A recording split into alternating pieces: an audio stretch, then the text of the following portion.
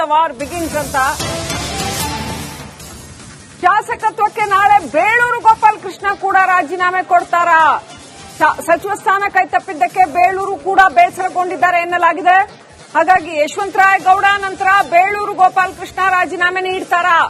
ನಾಳೆ ಬೇಳೂರು ಗೋಪಾಲ್ ಕೃಷ್ಣ ರಾಜೀನಾಮೆ ನೀಡಬಹುದು ಅಂತ ಹೇಳಲಾಗ್ತಾ ಇದೆ. ತಮಗೆ ಸಚಿವ ಸ್ಥಾನ ಕೈತಪ್ಪಿದ್ದಕ್ಕೆ ಬೇಳೂರು ಗೋಪಾಲ್ ಕೃಷ್ಣ ಕೂಡ ರಾಜೀನಾಮೆ ನೀಡುವುದಕ್ಕೆ ಮುಂದಾಗ್ತಾ ಇದ್ದಾರೆ ಅಂತ ಹೇಳಲಾಗ್ತಾ ಇದೆ. ಒಂದ್ ಕಡೆ ಮೈಸೂರಿನಲ್ಲಿ ತನ್ವೀರ್ ಸೇಠ್ ಬೆಂಬಲಿಗರು ಅಷ್ಟೊಂದು ಆಕ್ರೋಶಿತರಾಗಿ ನೀವು ರಿಸೈನ್ ಮಾಡಿ ಕಾಂಗ್ರೆಸ್ ಪಕ್ಷಕ್ಕೆ ರಾಜೀನಾಮೆ ಕೊಡಿ ಅಂತಿದ್ದಾರೆ. ಇನ್ನು ಅನೇಕ ಕಡೆಗಳಲ್ಲಿ ಇದೇ ರೀತಿ ಪ್ರತಿಭಟನೆ ನಡೀತಾ ಇದೆ. ಇದೀಗ ನಾಳೆ ಶಾಸಕ ಬೇಳೂರು ಗೋಪಾಲ್ ಕೃಷ್ಣ ಕೂಡ ರಾಜೀನಾಮೆ ಕೊಡ್ತಾರಾ?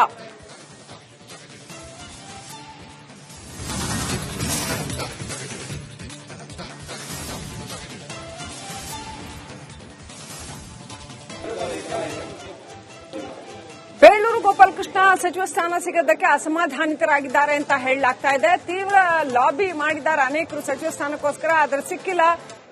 ಇನ್ನೂ ಅನೇಕರು ದೆಹಲಿಗೆ ಹೋಗಿ ಕೂತು ಅಲ್ಲಿಗೆ ಹೈಕಮಾಂಡ್ನ ಭೇಟಿಯಾಗಿ ಎಲ್ಲಾ ಪ್ರಯತ್ನಗಳನ್ನು ಮಾಡಿದ ನಂತರವೂ ಕೂಡ ಅವರಿಗೆ ಸಚಿವ ಸ್ಥಾನ ಸಿಕ್ಕಿಲ್ಲ.